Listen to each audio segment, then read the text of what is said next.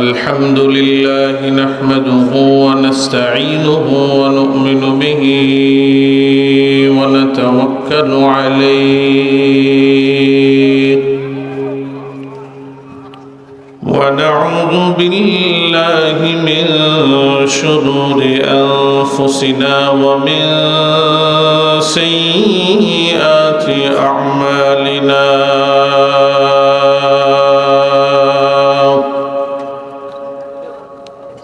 من يهد الله فلا مضل له ومن يضلله فلا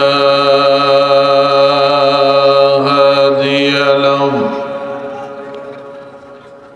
ونشهد أن سيدنا وسندنا وحبيبنا ومولانا محمدا عبده ورسوله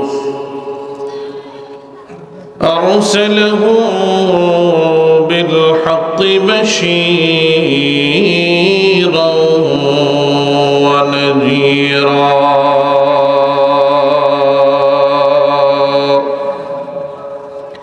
وداعيا إلى الله بإذنه وسراجا وقمرا منيرا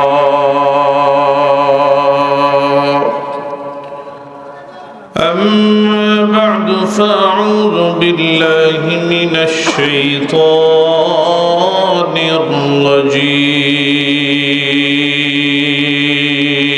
الرجيم بسم الله الرحمن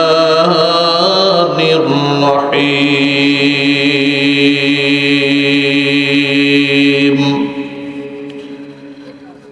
يوم لا ينفع مال ولا بنون إلا من أتى الله بقلب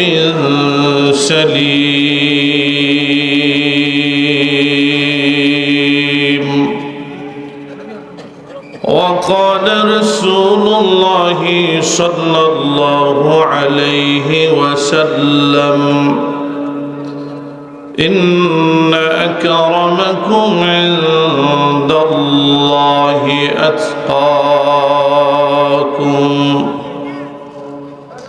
أو كما قال النبي صلى الله عليه وسلم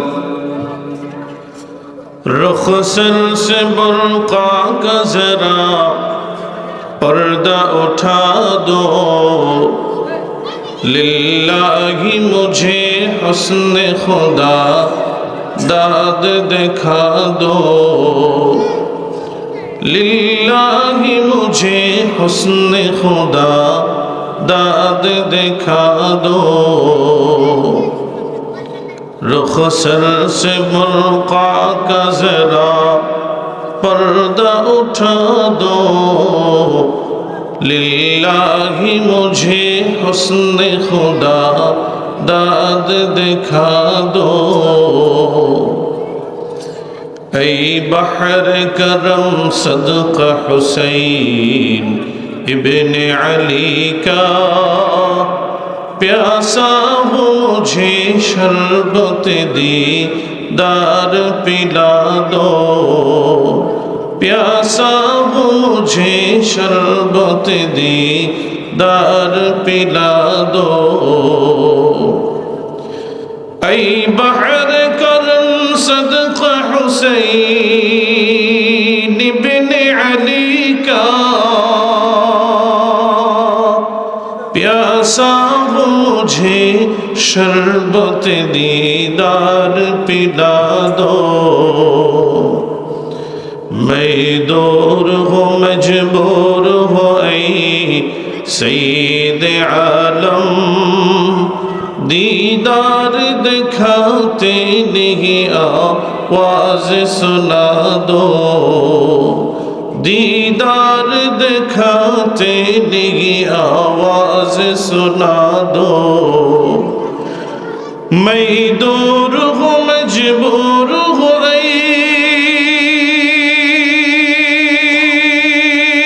सैयद आलम, दीदार दिखाते नहीं आवाज सुना दो। दीदार दिखाते नहीं आवाज सुना दो। दुनिया की भी और दीन की भी अपने करम से बिगड़ी हुई बात को मेरे आज बना दो। बिगड़ी हुई बात को मेरे आज बना दो। रुखसर से बुर्का का जरा पर्दा उठा दो।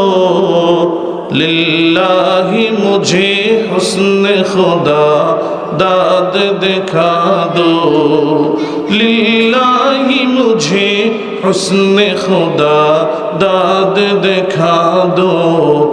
ला इलाहा इल्लल्लाह, ला इलाहा।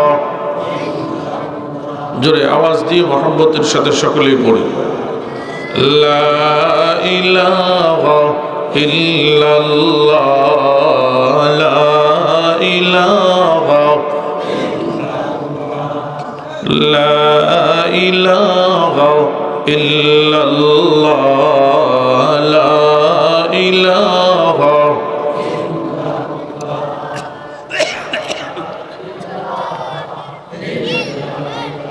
মাশাআল্লাহ, লা ইলাহা ইল্লাল্লাহ, লা ইলাহা, লা ইলাহা ইল্লাল্লাহ, মুহাম্মাদুর রাসূলুল্লাহ।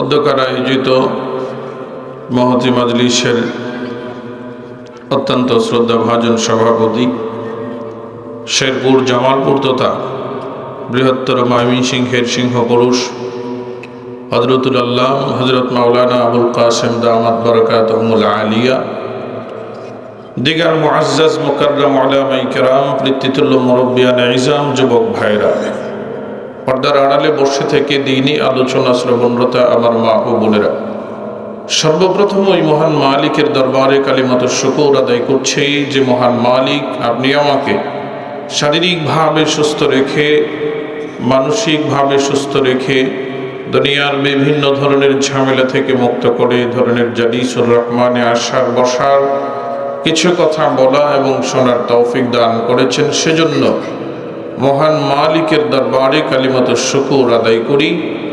অন্তরের অন্তঃস্থল থেকে ঈমানী চেতনায় উজ্জীবিত হয়ে শরীরের সমস্ত টুকুন শক্তি ব্যয় করে চিৎকার মেরে বলি আলহামদুলিল্লাহ। সম্মানিত সুধী, কোরআনুল কারীমের একখানা আয়াতের অংশ নবী পাক সাল্লাল্লাহু আলাইহি ওয়াসাল্লামের পবিত্রতম হাদিস সমূহ থেকে একখানা হাদিস আপনাদের সামনে তিলাওয়াত করেছি। মালিক যদি তৌফিক দান করেন, আয়াতে কারিমা এবং হাদিসকে সামনে রেখে কিছু কথা বলবার ইচ্ছা রাখি। বাকি আল্লাহ আমাকে ইখলাসের সাথে বলার, আপনাদের সকলকে আমলের নিয়তে শোনার তৌফিক দান করুন। সকলে বলে আমিন। দোস্ত, নবী আলাইহিস সালাতু ওয়াস সালামের স্ত্রী হযরতে আয়েশা, আম্মাজান হযরতে আয়েশা সিদ্দিকা রাদিয়াল্লাহু তাআলা আনহা নবীজিকে একদিন জিজ্ঞেস করলেন, ওগো নবীজি, ইসরাফিল যখন সিংহায় দ্বিতীয়বার ফুৎকার করবে, মানুষগুলো প্রত্যেকেই তাদের নিজেদের কবর থেকে, প্রত্যেকেই যার যার কবর থেকে উলঙ্গ অবস্থায় হাসরের মাঠের দিকে দৌড় দিবে। ইয়া রাসূলুল্লাহ, ইয়া হাবিবাল্লাহ, অগণবীজি, মানুষগুলো যখন উলঙ্গ অবস্থায় হাশরের মাঠের দিকে দৌড় দিবে, তখন কি একজন আরেকজনের লজ্জাস্থান দেখা লজ্জা লাগবে না? প্রশ্ন ঠিক না বেঠিক? আম্মাজান হযরতে আয়েশা সিদ্দিকা প্রশ্ন করার সাথে সাথেই নবীজি মুহাম্মদুর রাসূলুল্লাহ সাল্লাল্লাহু আলাইহি ওয়াসাল্লাম কেমন জানি একটু নীরব হয়ে গেলেন। আমরা যখন মাঝে মাঝে কোনো পেরেশানিতে পড়ি, হঠাৎ কোনো দুঃসংবাদ আসে, তখন যেমন চেহারাটা মলিন হয়ে যায়, নবী পাক সাল্লাল্লাহু আলাইহি ওয়াসাল্লামের চেহারাটাও মলিন হয়ে গেল। কিছু সময় চুপ থাকার পরে নবীজি সাল্লাল্লাহু আলাইহি ওয়াসাল্লাম আম্মাজান আয়েশা সিদ্দিকাকে লক্ষ্য করে বলেন, এই আয়েশা, তুমি আমাকে এমন একটা সময়ের কথা স্মরণ করিয়ে দিলে, যেই সময়ের কথা স্মরণ হলে পড়ে আমি নবী নিজেকে ধরে রাখতে পারি না। বুখারী এবং মুসলিমে বর্ণিত হাদিস, হযরতে আবু হুরায়রা রাদিয়াল্লাহু তাআলা আনহু থেকে বর্ণিত হাদিস। আবু হুরায়রা বলেন, عن أبي هريرة رضي الله تعالى عنه أنه قال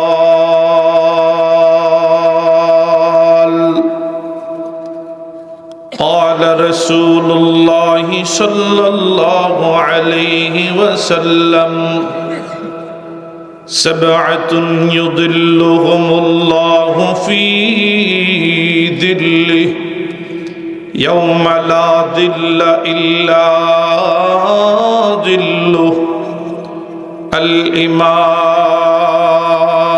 الإمام العادل وشاب نشأ في عبادة ربه ورجل قلبه معلق في المساجد ورجلان تحابا في الله اجتمعا عليه وتفرقا عليه ورجل دعته ذات منصب وجمال فقال إني أخاف الله ورجل تصدق إخفاء حتى لا تعلم شماله ما ينفق يمينه ورجل ذكر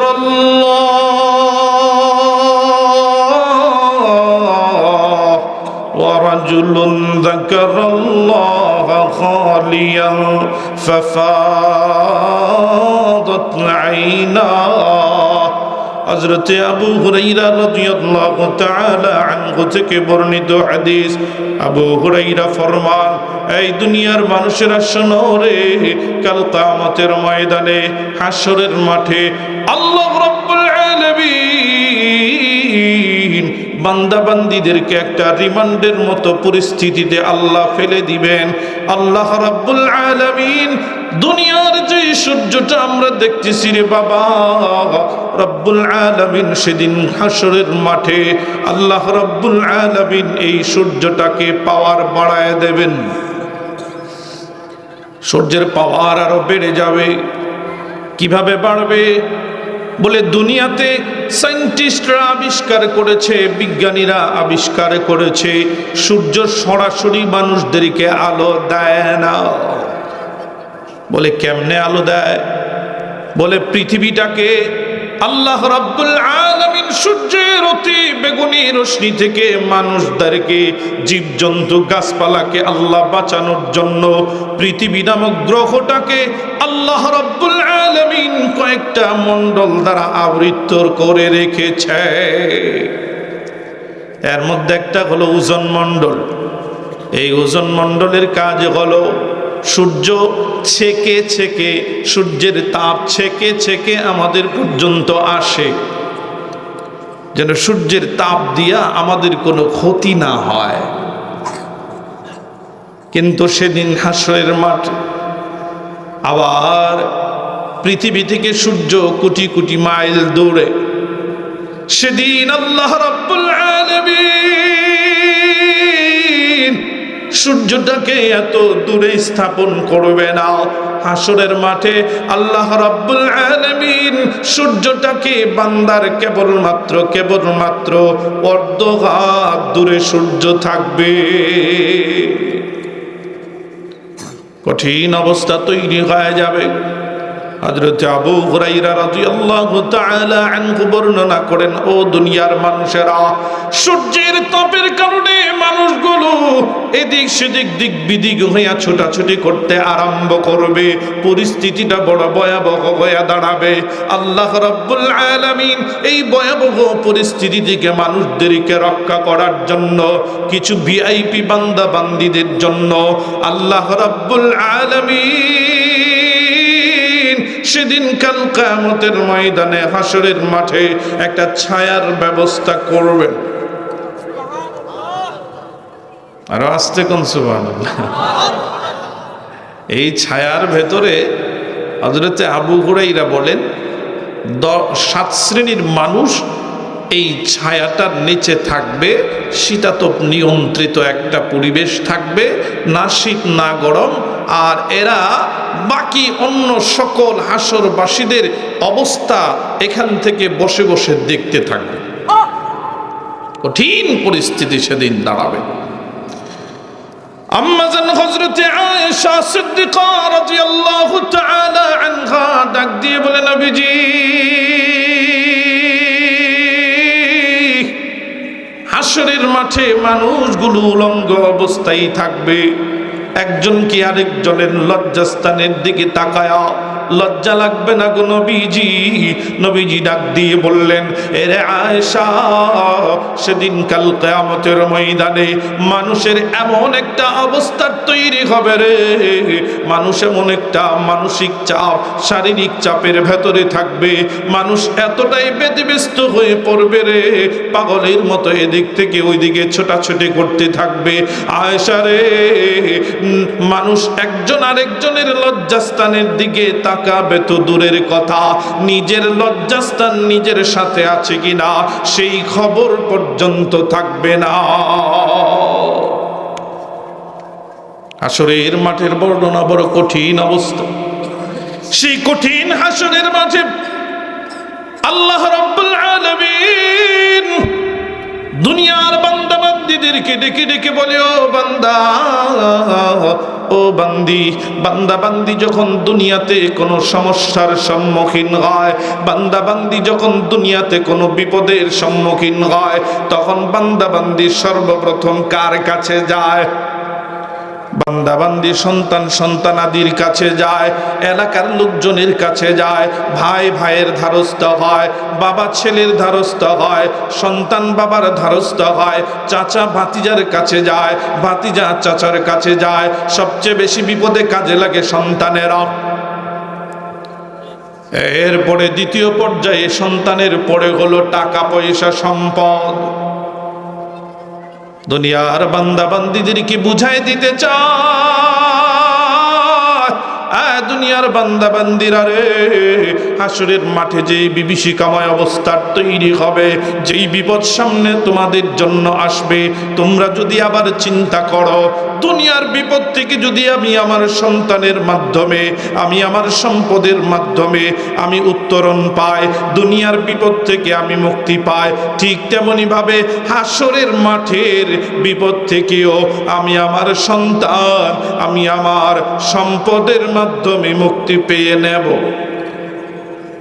যদি কেউ এই ধারণা করে, আমার আল্লাহ কোরআনুল কারীমের ভেতরে ঘোষণা করেন, যেই আয়াতে কারিমা তিলাওয়াত করেছে, আল্লাহ বলেন ইয়াউমা লা ইয়ানফাউ মালুন ওয়ালা বানুন ইল্লা মান আতাল্লাহা বিকলবিন সালিম। আল্লাহ বলেন, দুনিয়ার মানুষেরা রে,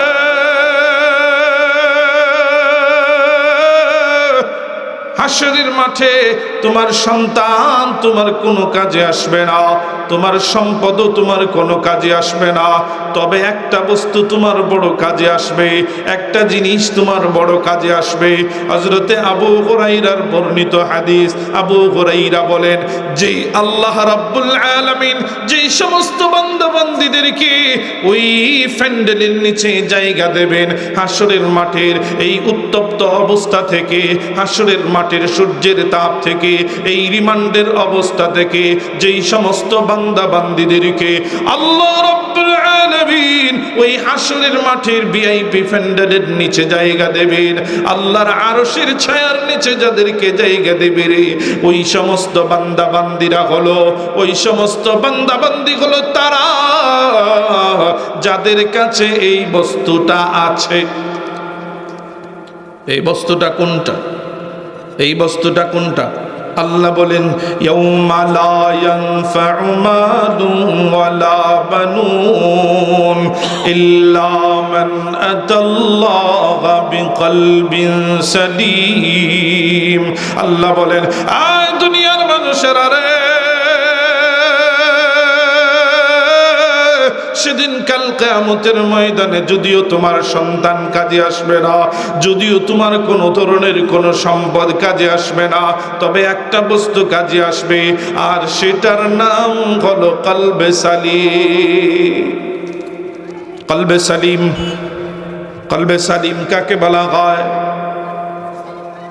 একটা অন্তর, একটা মন, একটা আত্মা। যেই আত্মাটার নাম কলবে সালিম। বলে কলবে সালিম কাকে বলা হয়?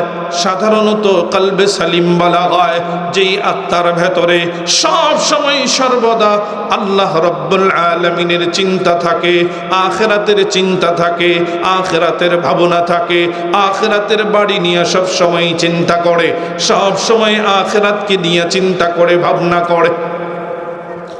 দোস্ত আমার, উদাহরণ দিলে আরো সহজে বুঝে আসবে। আপনি একটা বাড়ি নির্মাণ করার কাজে হাত দিলেন, একটা বাড়ি তৈরি করতে মিনিমাম 6 মাস 1 বছর সময় লাগে। লাগে কি লাগে না?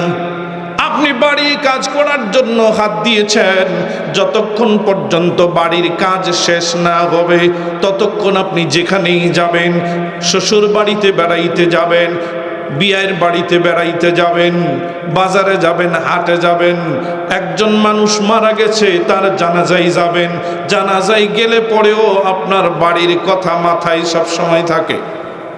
থাকে কি থাকে না? জানাজায় গেলে আরো বেশি মনে হয়, কিভাবে আহারে লোকটা মারা গেল, আমিও জানি কোন দিন মারা যায়, এখনো বাড়ির কাজটা শেষ করতে পারলাম না। ঠিক তেমনি ভাবে হাদিস শরীফের ভেতরে এসেছে, আল্লাহ তাআলা বান্দাবান্দীদের প্রত্যেকের জন্য যেই জান্নাত নির্ধারিত করে রেখেছেন, বুকিং দিয়ে রেখেছেন, এই জান্নাতগুলো হলো খালি ময়দান। জান্নাতের জায়গাটা কেমন? খালি ময়দান। বান্দা যখন দুনিয়াতে কোনো একটা কাজ করে, আমল করে, নেক আমল করে, তো এই নেক আমলের প্রতিদান স্বরূপ আল্লাহ তাআলা ওই মরুভূমির মতো জান্নাতের ভেতরে একটা করে বিল্ডিং তৈরি করে, গাছ লাগায় দেয়, নহর বানায় দেয়, যখন যেটা দরকার সেটা তৈরি করে দেয়। এই যে সুবহানাল্লাহ বললাম, হাদিস শরীফের ভেতরে এসেছে সুবহানাল্লাহ বলার সাথে সাথে আল্লাহ তাআলা বান্দার জন্য একটা ফলজ গাছ তার নামে বরাদ্দকৃত জান্নাতে লাগায় দেয়। এখন আপনি আপনার জান্নাতকে কত সুন্দর করতে চান, এটা আপনার কাজ। আপনি আপনার জান্নাতকে যত সুন্দর করতে চাইবেন তত বেশি আমল করবেন, তত বেশি জিকির করবেন, তত বেশি নফল ইবাদত করবেন। সাহাবায়ে কেরাম এজন্য প্রতিযোগিতায় লিপ্ত থাকতেন সব সময়।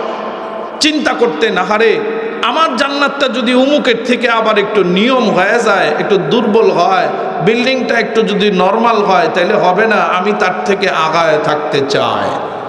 এজন্য ঘুমায়ে যাওয়ার পরে যদি শুনতেন যে পাশের বাড়িওয়ালা, পাশের ঘরওয়ালা তাহাজ্জুদ পড়তেছে, তো তিনিও দাঁড়ায় যাইতেন, আমিও তাহাজ্জুদ পড়ব, সে আমার থেকে একদিন তাহাজ্জুদ বেশি পড়া, তার জান্নাত যদি আমার থেকে বেশি সুন্দর হয়ে যায়, এটা হইতে দেব না, আমিও তাহাজ্জুদ শুরু করলাম। আল্লাহু আকবার। সাহাবায়ে কেরাম সবসময় ফিকির নিয়ে থাকতেন। হযরতে হানজালা রাদিয়াল্লাহু তাআলা আনহু, তিনি একদিন দৌড়াইতেছে বাড়ি থেকে, রাস্তা দিয়ে দৌড়ায় আর চিৎকার, কি চিৎকার? হানজালা মুনাফিক হয়ে গেছে। আল্লাহু আকবার। নবীর কত জলিল কদরের সাহাবী, রাস্তা দিয়া দৌড়ায় আর চিৎকার দেয়, হানজালা মুনাফিক হয়ে গেছে, হানজালা মুনাফিক হয়ে গেছে। রাস্তা দিয়া দৌড়াইতেছে, দৌড়াইতে দৌড়াইতে নবীর সাহাবী হযরতে আবু বকর সিদ্দিক রাদিয়াল্লাহু তাআলা আনহুর সাথে সাক্ষাৎ। আয় হানজালা দৌড়াও কেন? বলে হানজালা মুনাফিক হয়ে গেছে। কেমনে মুনাফিক হইলা? আরে নবীর সাহাবী আবু বকর, আমি যখন নবীজির দরবারে থাকি আমার দিলের অবস্থা একরকম থাকে, আর আমি যখন নবীজির দরবার থেকে আমি বিবি বাল বাচ্চার কাছে চলে আসি, আমি যখন বিবি বাল বাচ্চার কাছে চলে যায়, আমি যখন ব্যবসা প্রতিষ্ঠানে চলে যায়, তখন আমার দিলের অবস্থা অন্যরকম হয়ে যায়। এই জন্য আমি ভাবতেছি আমি মনে হয় মুনাফিক হয়ে গেছি। আবু বকর কয়, আমারও তো এমন মনে হয়। আবু বকরও পিছে দৌড়ায়। কিছুক্ষণ পরে হযরত উমর তিনিও দৌড়ায়, নবীজির দরবারে দৌড়ে গেছে। ইয়া রাসূলুল্লাহ, ইয়া হাবিবাল্লাহ, নবী গো, ওগো নবীজি, আমরা তো মুনাফিক হয়ে গেছি। কেমনে মুনাফিক হইলা? ইয়া রাসূলুল্লাহ, আপনার কাছে যখন থাকি আমাদের মনের অবস্থা একরকম থাকে, আর যখন বাড়িতে চলে যায় তখন আমাদের মনের অবস্থা অন্যরকম হয়ে যায়। মন হলো, মানুষের মন হলো আকাশের রঙের মতো, ক্ষণে ক্ষণে পরিবর্তন হয়, একদিক থেকে আরেক দিকে যায়। এখন যেটা ভালো মনে করতেছে একটু পরে এটাকে খারাপ মনে করে। কথা ঠিক না বে ঠিক? যার সংস্রব বেশি পায় তার কাজটাই তার কাছে প্রাধান্য বেশি পায়। রড সিমেন্টের ব্যবসায়ীর কাছে যে মানুষটা সব সময় বসে, মনে মনে চিন্তা করে রড সিমেন্টের দোকান দিলেই আমিও সফল হইতে পারবো। রাজমিস্ত্রির কাছে যে মানুষটা সব সময় বেশি বসে, মনে মনে চিন্তা করে সব কাজ বাদ দিয়া রাজমিস্ত্রিগিরি শুরু করে দিই। সটকির দোকানের কাছে যেই মানুষটা বেশি বেশি বসে, সটকির দোকানদারের কাছে যেই মানুষটা বেশি সময় দেয়, মনে মনে একটা সময় এমন তৈরি হয় দুনিয়ার সব কাজ বাদ দিয়া সটকির দোকান দে। এটা হলো মানুষ। না ভুল বললাম? না ভুল বললাম? এই জন্য কুনু মা'আস সাদিকিন, আল্লাহ বলেন তোমরা বেশিরভাগ সময় সাদিকিন, নেককার মানুষের সঙ্গ নাও, নেককার মানুষের সাথে থাকো। নেককার, মুত্তাকি, পরহেজগার, আল্লাহওয়ালা আলেম উলামায়ে কেরামের সাথে যত বেশি থাকবা, আল্লাহর কথা স্মরণ হবে, আখিরাতের কথা স্মরণ হবে, ঈমান তোমার জন্য সহজ হবে। আর যদি নাস্তিক বেঈমান মুরতাদদের সাথে বেশি সময় দাও, তাহলে তোমার ভেতরে ওইটাই ঢুকবে। এই জন্য এই ধরনের সভা সমিতি হইলে পড়ে যথাসম্ভব সমস্ত কাজ ফেলে চলে আসা, ইমাম সাহেবের সাথে সময় বেশি দেওয়া, আলেমের সাথে সময় বেশি দেওয়া, মুরব্বী যারা দিন ধর্ম যাদের ভেতরে আছে ওই সমস্ত মানুষের সাথে সময় বেশি দাও। তখন কি হবে? দিলের ভেতরে ঈমান সহজে ঢুকবে। আর যদি এদের থেকে দূরে থাকেন কোনো যৌক্তিক কারণে, অযৌক্তিক কারণে, যে কোনো কারণে আপনি তাদের থেকে দূরে থাকলেন বলে আপনি দিন থেকে দূরে থাকলেন। আল্লাহু আকবার। নবীজি মুহাম্মদুর রাসূলুল্লাহ সাল্লাল্লাহু আলাইহি ওয়াসাল্লাম ফরমান, আরে আবু বকর, আরে হানজালা, যে কথা বলছো এটা স্বাভাবিক বিষয়। বান্দার দিলের অবস্থা, বান্দার দিলের অবস্থা, বান্দার দিলের উপরে বান্দার কোনো কন্ট্রোল নাই। এই পরিবর্তনটা স্বাভাবিক। এই জন্য আল্লাহ তোমাদের কি সব দিক বিবেচনা করে আল্লাহ রব্বুল আলামিন আর আখিরাতের চিন্তাটা বেশি থাকবে। নবীর একজন সাহাবী হযরত জারীর ইবনে আব্দুল্লাহ রাদিয়াল্লাহু তাআলা আনহু, নবীর সাহাবায়ে কেরাম, নবীজির সঙ্গ দিয়া দিয়া সাহাবায়ে কেরাম কেমন দিল আর অন্তর তৈরি করেছেন। আয় দোস্ত, নবীর সাহাবী হযরত জারীর ইবনে আব্দুল্লাহ রাদিয়াল্লাহু তাআলা আনহু খাদেমকে বাজারে পাঠাইলেন। আয় খাদেম, যা যা যা আমার জন্য একটা ঘোড়া কিনে নিয়ে আয়। নবীর সাহাবী হযরত জারীর ইবনে আব্দুল্লাহ রাদিয়াল্লাহু তাআলা আনহুর খাদেম বাজারে চলে গেলেন। বাজারে লম্বা সময় ঘোরাঘুরি করার পরে একটা ঘোড়া পছন্দ কইরা মালিকের দরবারে নিয়ে এসেছে। মালিক দেখেন এই ঘোড়াটা পছন্দ হয় কিনা। বলে হ্যাঁ, আমার ঘোড়াটা বড় পছন্দ হয়েছে। নবীর সাহাবী হযরত জারীর ইবনে আব্দুল্লাহ রাদিয়াল্লাহু তাআলা আনহু ঘোড়ার মালিককে ডাক দিয়া কয়, এই ঘোড়ার মালিক, তোর ঘোড়ার দাম কত ক? ঘোড়ার মালিক বলতেছে, এই নবীর সাহাবী জারীর ইবনে আব্দুল্লাহ, আমার ঘোড়ার দাম 300 দিরহাম।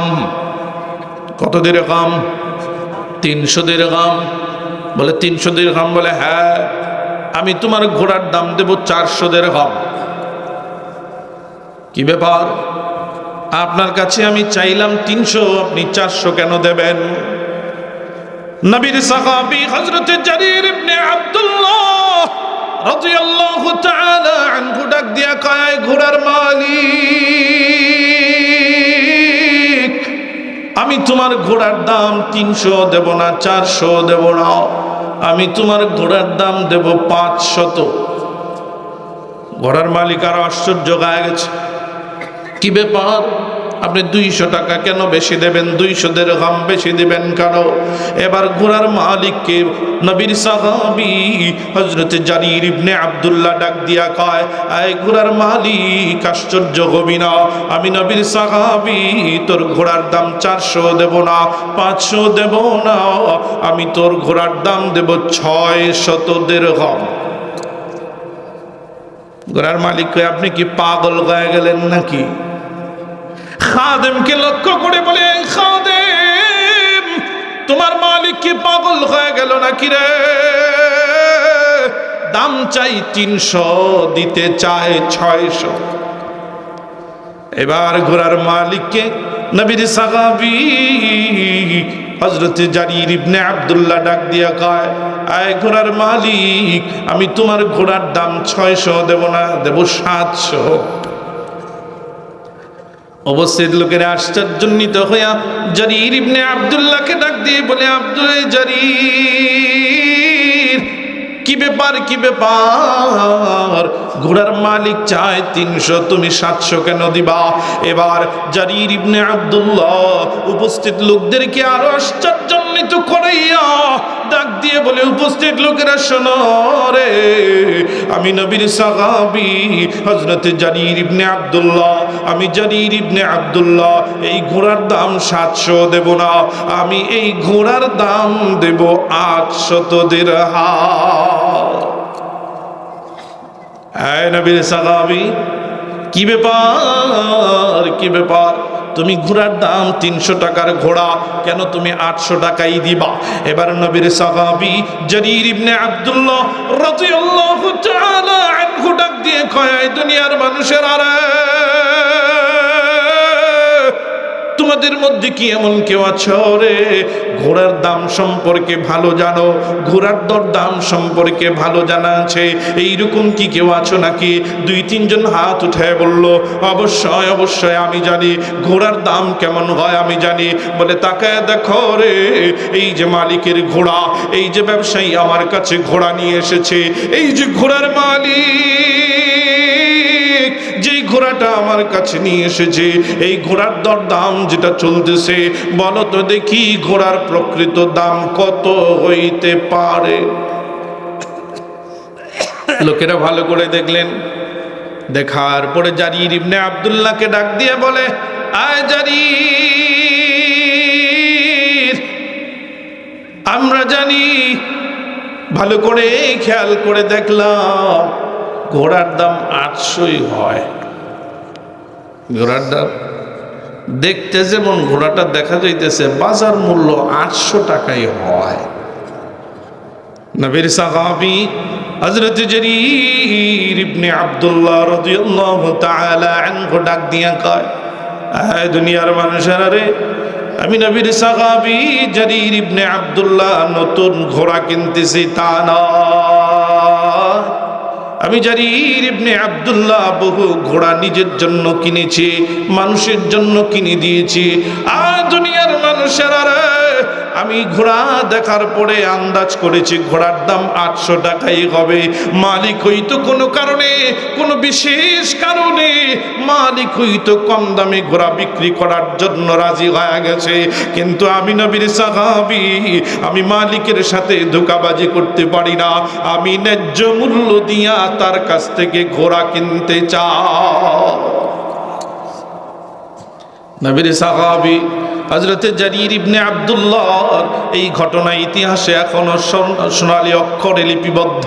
এই মডেল নবীর সাহাবী হযরত জারীর ইবনে আব্দুল্লাহ যে উদাহরণ দেখায় দিয়ে গেছে রে, আয় দুনিয়ার মানুষের আজকের সমাজের দিকে যদি আমরা খেয়াল করি, যদি কখনো দেখা যায় বৃষ্টি শুরু হয়ে গেছে, বৃষ্টি শুরু হয়ে গেছে, শেরপুর ব্রিজ থেকে সিএনজি অথবা অটো আসবে বলায়ের চর, অটোওয়ালারা কোন রকম আকাশ খারাপ করার সাথে সাথেই ভাড়া কত, 30 টাকার ভাড়া 60 টাকা, 60 টাকা নিলেও তো হয় 100 টাকা। কত টাকা না, এরকম টাকা হয় না। সিন্ডিকেট আছে না নাই?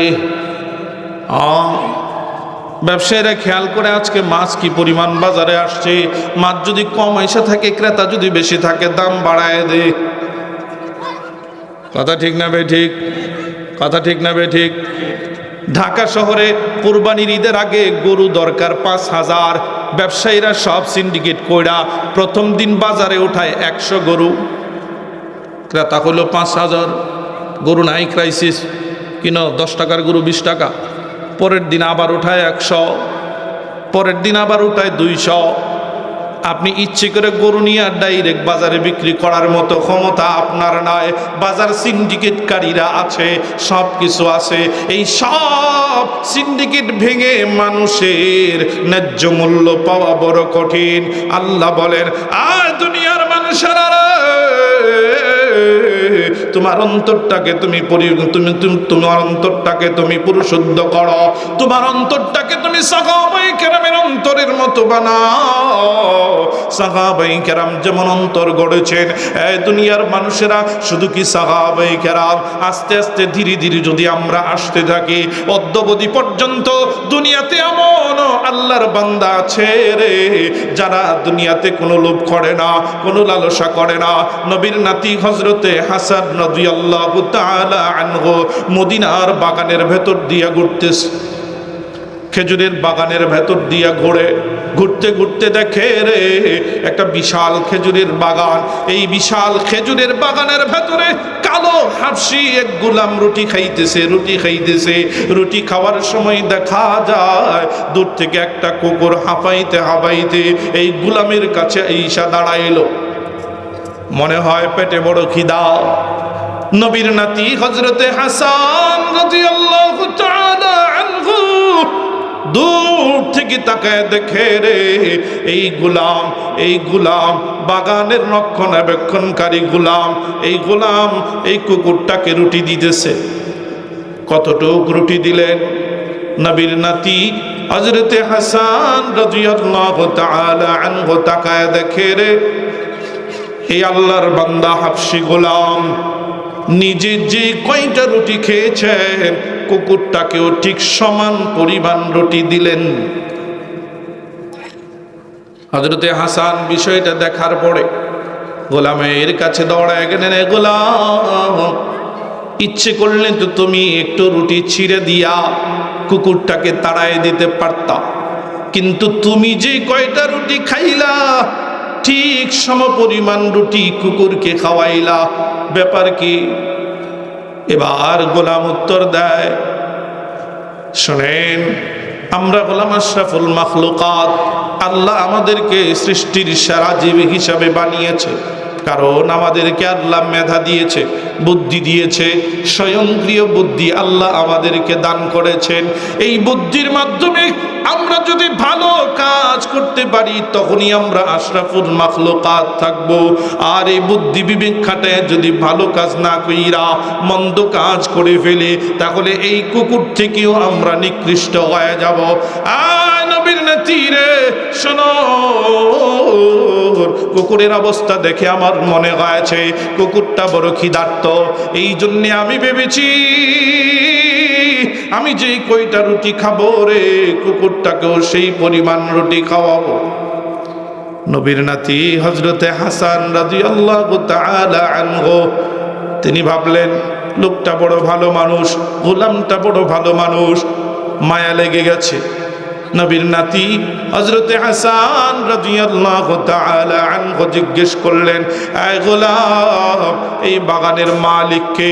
তোমার মালিকের নাম কি? বলে, আমার মালিকের নাম হযরতে ওসমান রাদিয়াল্লাহু তাআলা আনহুর ছেলে আবান।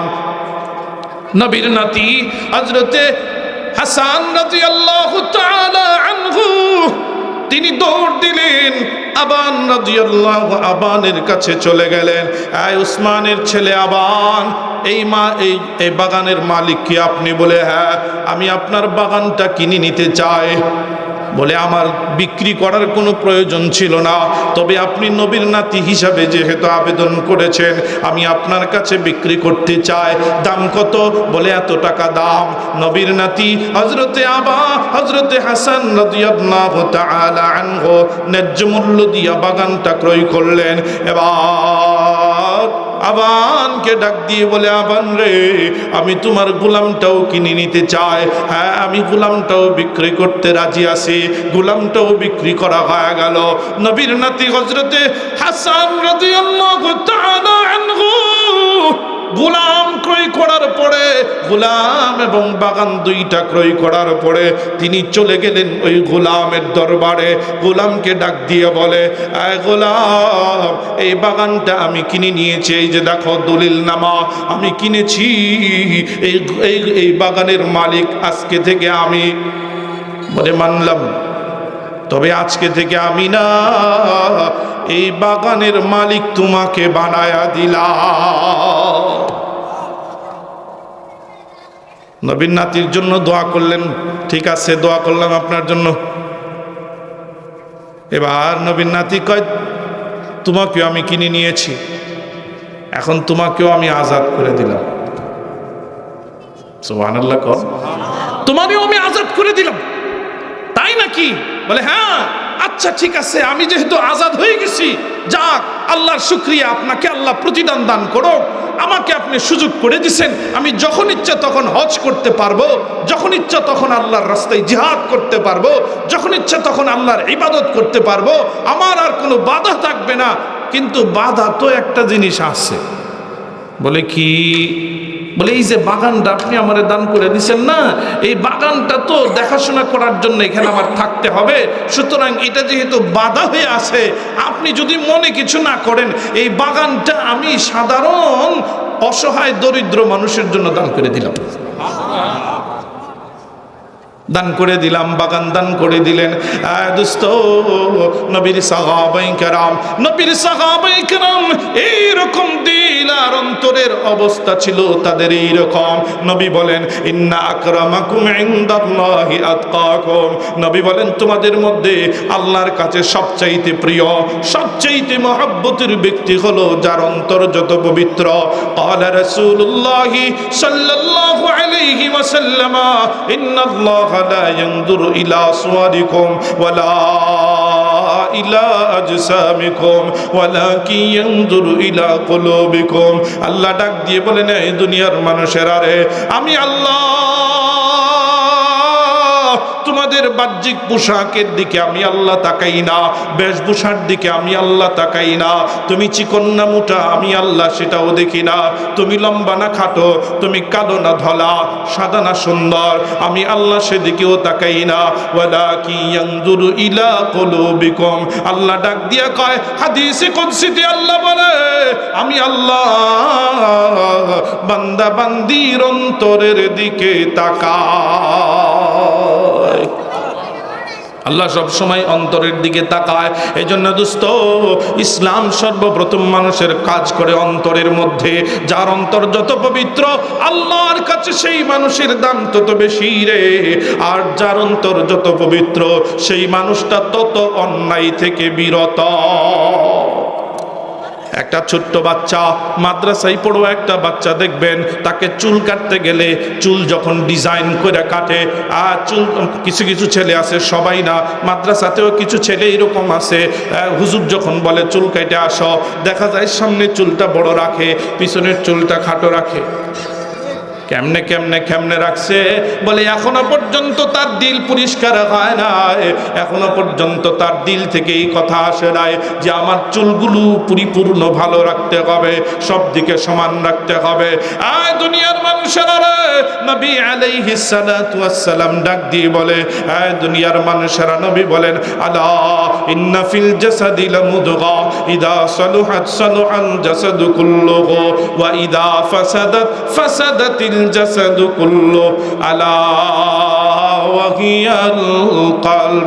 নবী আলাইহিস সালাতু ওয়াস সালাম ডাক দিয়ে বলেন, আয় দুনিয়ার মানুষেরা রে, শোনো শোনো, তোমার দেহের ভেতরে একটা গোশতের টুকরা আল্লাহ রাব্বুল আলামিন স্থাপন করে দিয়েছে রে।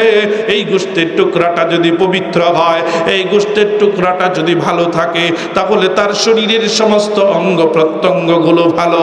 আর এই গোশতের টুকরাটা যদি তার খারাপ হয়ে যায় রে, তার সারা শরীরের অঙ্গ প্রত্যঙ্গগুলো খারাপ হয়ে যাবে। নবী বলেন, আলা ওয়া হিয়াল কলব। শুনে রাখো, শুনে রাখো, এটা হলো মানুষের অন্তর। মানুষের অন্তর যত পবিত্র সেই মানুষ আল্লাহ তাআলার কাছে তত দামি। এই মানুষ দুনিয়াতে সমস্ত অপকর্ম থেকে মুক্ত থাকে। এই জন্য সাহাবায়ে কেরাম, এই জন্য বুজুর্গানে দ্বীন মানুষের অন্তরের ভেতরে, মানুষের কলবের মধ্যে কাজ করেছেন। দুনিয়ার ডাক্তারেরা কাজ করে মানুষের দেহে, আর বুজুর্গানে দ্বীন আল্লাহর ওলি আউলিয়ারা তারা কাজ করে মানুষের অন্তরে। কোথায় কাজ করে? অন্তরে কাজ করে, যেন অন্তর থেকে সব ধরনের ময়লা আবর্জনা পরিষ্কার হইয়া তার অন্তরটা পবিত্র হয়ে যায়। আর অন্তর যখন পবিত্র হয়ে যাবে, তখন দেখা যাবে মানুষটা পরিপূর্ণ একটা পুত পবিত্র মানুষ হয়ে যাবে। এই মানুষটার দ্বারা মুখ দিয়া কোনোদিন মানুষকে কষ্ট দেবে না। এই মানুষটা কি বলে, তার হাত দিয়ে কষ্ট দেবে না, কোনোভাবেই মানুষকে কোনো কষ্ট দেবে না। এই জন্যে আসুন, আল্লাহ তাআলা আমাদেরকে যে নির্দেশনা দিয়েছেন, আখিরাতে হাশরের মাঠে মানুষের যে বস্তুটা কাজে লাগবে সেটা হলো কলবে সালিম। আল্লাহ তাআলা আমাদের সকলকে, আমাদের প্রত্যেকের অন্তরটাকে কলবে সালিম বানানোর তৌফিক দান করুন। সকলে বলি আমিন সুম্মা আমিন। ওয়া আখিরু দাওয়ানা আনিল হামদুলিল্লাহি রাব্বিল আলামিন।